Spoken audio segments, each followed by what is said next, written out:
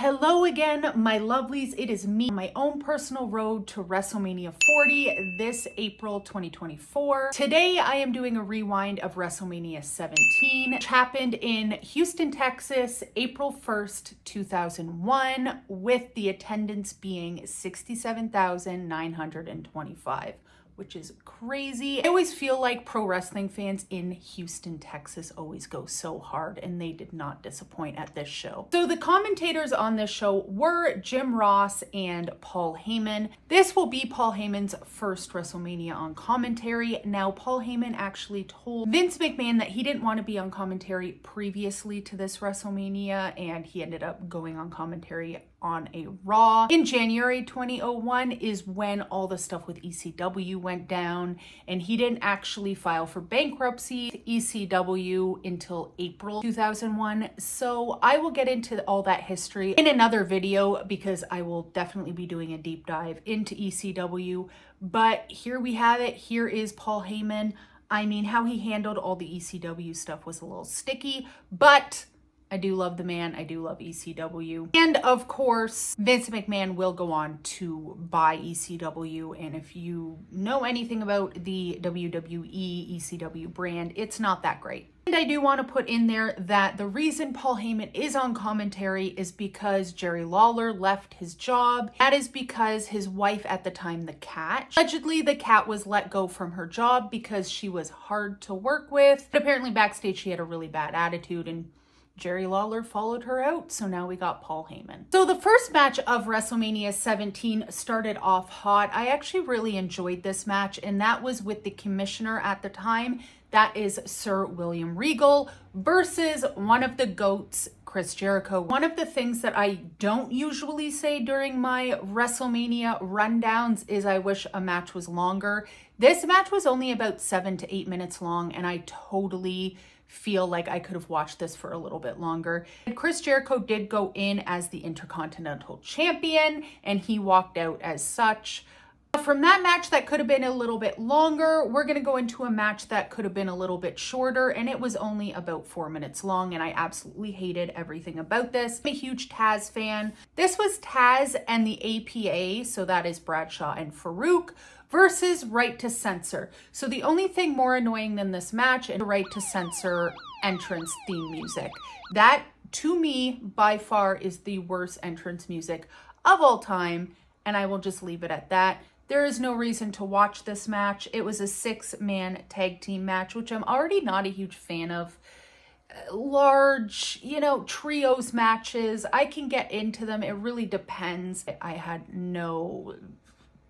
would have no problem fast forwarding through this match when I watch WrestleMania 17 again, because I will. This overall is a fantastic Mania. Now we are going to go into one of my favorite types of matches, and that is a hardcore match. This is a triple threat match, and I loved everything about it besides the winner. This is a triple threat hardcore match for the WWF Hardcore Championship. This includes the champion at the time, Raven, versus Kane and The Big Show. This match exceeded my expectations. They even at one point had Kane throw the ref in the back of a golf cart just in case he got the 1, 2, 3 when they were backstage, chasing after Raven and run him down with the golf cart. It was just madness, and that wasn't even the hardest spot. Raven at one point got thrown through some glass, and then he got thrown off the side of the stage into part of the stage where there was, for some reason, some white powder. I don't really know what was going on there. I actually really enjoyed this match. This is something that I will go back and watch again. That being said, Raven took a motherfucking beating. And if you heard of anything about the McMahons, specifically Vince McMahon, he really didn't like Raven because apparently Raven would go partying with his son Shane. They brought Raven back to the WWE. He said, "Who the fuck rehired Johnny Polo?" Johnny Polo, that is a deep cut right there. Raven actually did end up leaving ECW before the bankruptcy times, and he went to ECW. He bounced between there and WCW and back to WWE, and I just, he wasn't gonna be going many places when it came to the WWE and Vince McMahon. That being said, Kane did defeat Raven after Raven was thrown off the side of the stage, but it was Kane pinned the Big Show when he was also off the side of the stage. So it was just madness. It was chaos, right up my alley. But wrong winner was chosen in my eyes. The next match that I want to touch on is Eddie Guerrero and Test, two men that were gone too soon. This was for the European Championship. So if you remember back at WrestleMania 16, Chris Jericho won the IC belt, but at the next Raw, China turned on Chris Jericho and helped Eddie win the IC belt. Fast forward to SmackDown in late 2000. Eddie Guerrero ended up losing the IC belt, and because of that, Eddie Guerrero turned his sights onto the European Championship, which was held by Test at the time. So going into WrestleMania 17, they are feuding and Eddie Guerrero wins the European Championship. I do love both of these men, but if you know me at all, Eddie Guerrero is by far my #1 pro wrestler of all time. So happy to see it. This match was actually pretty good. I mean, Perry Saturn was there, him and his hat. Oh yeah. It was... It was something to see. Perry Saturn, I'll always remember him with Moppy. That is unfortunately Perry Saturn. That's always the visual that I'm going to have when you say Perry Saturn in my head, which is very unfortunate. And then rolling right into another magnificent match that I don't want to give too much attention to, and it really does suck, but that is Kurt Angle versus Chris Benoit. Kurt Angle is such a star. Like, seeing him from the Olympics, gold medalist, that type of wrestler, into pro wrestling, sports entertainment. He does it so well. I cannot say enough great things about Kurt Angle, and that's kind of what I want to focus on in this match. You remember at the previous WrestleMania, it was a 2-fall match, and that was for the European Championship and the IC Championship. Going into WrestleMania 16, Kurt Angle held both of those belts, and that was Kurt Angle's very first WrestleMania. At WrestleMania 16, Chris Jericho won the IC belt from him. Not pinning Kurt Angle, but by pinning Chris Benoit. Chris Benoit pinned Chris Jericho for the European title. So at that WrestleMania, my boy Kurt Angle lost both of his belts, but he never got pinned. So going into this WrestleMania, it was kind of like Kurt Angle was really down on himself. He won at the biggest pro wrestling pay-per-view. This is his second WrestleMania, and he needs to win. He takes on one of the guys that he took on back at WrestleMania 16. That is Mr. Chris Benoit. And Kurt Angle defeats Chris Benoit in about 15 minutes. It was a really good match. It kind of sucked, the ending, because Kurt Angle was holding on to Chris Benoit's short, so he did kind of cheat to get there, but we're gonna look past that. The next match I want to talk about is the women's match. A fantastic, well, actually not that great of a women's match, if we're going to be completely honest, but this was Chyna versus Ivory. Chyna is a star. She looked fantastic. I love Ivory as well. It was a squash match. I mean, you kind of knew Chyna was going to win, especially when you see the stature between Chyna and Ivory. And Ivory at the beginning of the match was kind of, you know, hugging and kissing her belt, knowing she was going to lose it. At this point, Chyna had really been going up against the men. She hadn't really been going up for the women's championship. Held the IC championship twice. She was in the Royal Rumble. She was a force to be reckoned with, that lady. I love Chyna, and she still deserves to be in the WWE Hall of Fame as a standalone. I know she's in technically with DX, but... So at the tail end of 2000, this is when Chyna was posing for Playboy. The WWE having an outside battle with the Parents Television Council, because as you know, in the year 2000, we are still in the Attitude Era, but we're making our way out of it because of, you know, issues like this really pushed the boundaries, as we know, with the Attitude Era back in the late 90s, early 2000s. So stuff like that. But they used their battle, the Parents Television Council, to their advantage and worked it into a storyline with Chyna posing in Playboy. And then they had Ivory from the Right to Censor, which was like a moral conservative wrestling group. So previously to WrestleMania 17, we had the Royal Rumble, and Ivory and Chyna did have a match there.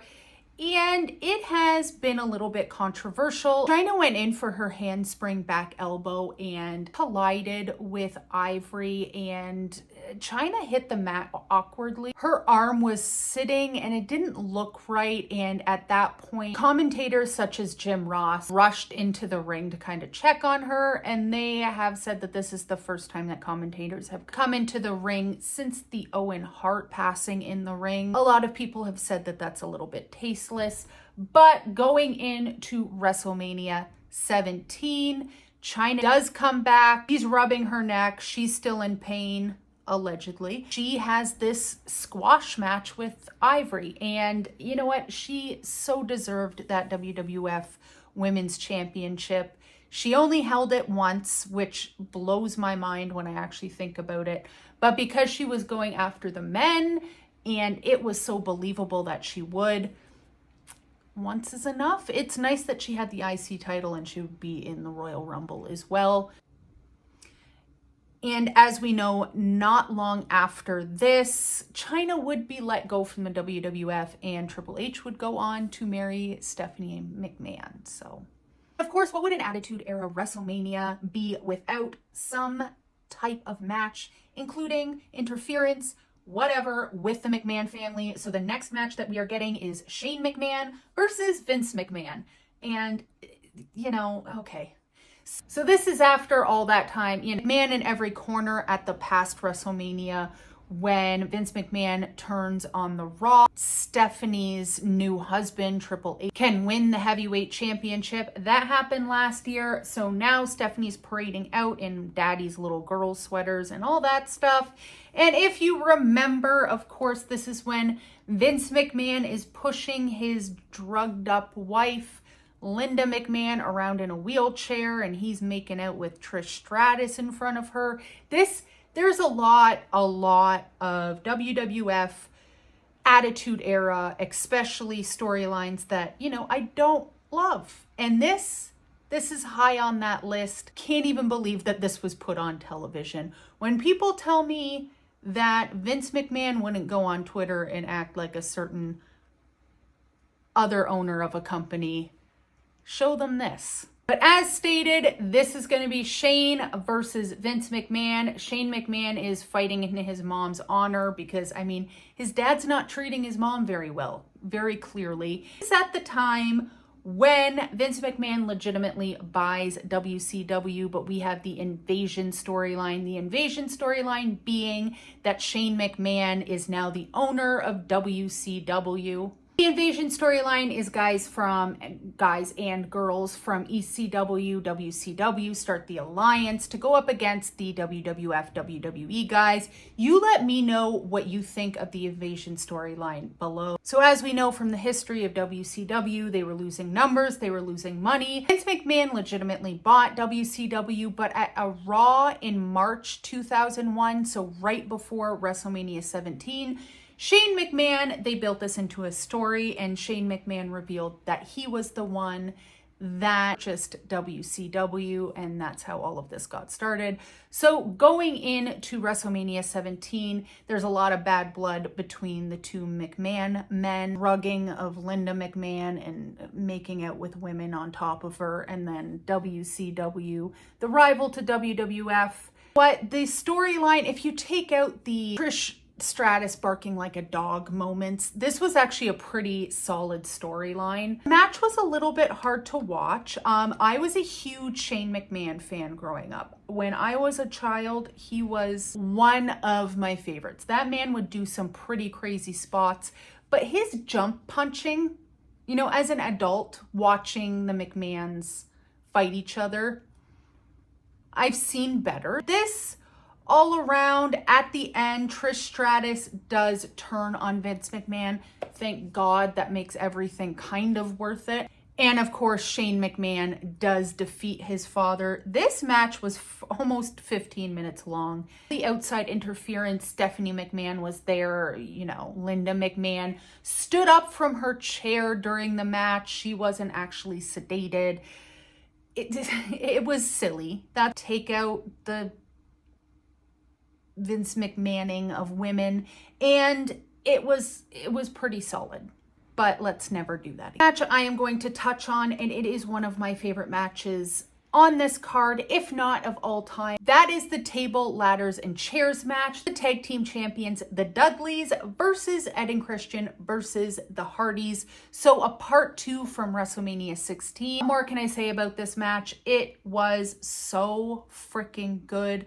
That spear that Edge gives Jeff Hardy off the ladder. Jeff Hardy is swinging from the air, holding onto the belt. That is one of the most iconic scenes from like any pro wrestling match. And like the match states, there's lots of tables, there's lots of chairs, there's lots of ladders. Just like WrestleMania 16, Christian and Edge do walk out of this victorious. So they are the new tag team champions. What else could I say?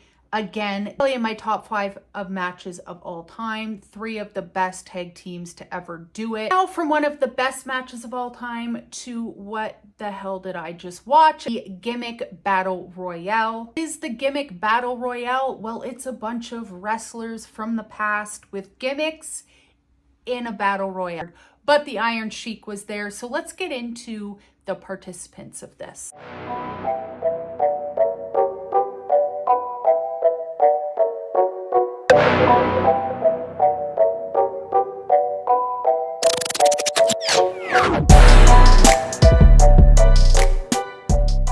Minutes and 50 seconds long. This was the comedy spot on the card. I get it. There was nothing funny about it. It was just uncomfortable. And I just want to breeze on past that to go to something good. And that is the Undertaker's streak. The Undertaker versus Triple H from WrestleMania 7 up to WrestleMania 17. I am going to have to say the Undertaker versus Triple H is by far one of my favorites. This match was about 19 minutes long. I loved every single minute of it. They were in the crowd, and this wasn't just the regular Undertaker. This was the American Badass Undertaker. He came out to Limp Bizkit. I mean, I'm always going to be happy when Limp Bizkit is involved. This match was hard hitting. This was not like the Undertaker matches, like the Dead Man Undertaker match was phenomenal. This was one of my favorite matches on the card by far, and I will be watching it again. I personally don't ever remember. I've seen WrestleMania 17. This match did not ring any bells to me when I was watching it. It was like watching it for the first time, and I am super happy I forgot about it because the magic of watching this again for the first time. Now, the last match on the card, that is for the Heavyweight Championship, and that is The Rock versus Stone Cold Steve Austin. So as we know, we've had them previously at WrestleMania 15, and these two men never disappoint. They had the energy, they had the charisma, they had the talent on the mic, in the ring. These two men had everything. But after WrestleMania 17, The Rock would be going on to shoot the Scorpion King.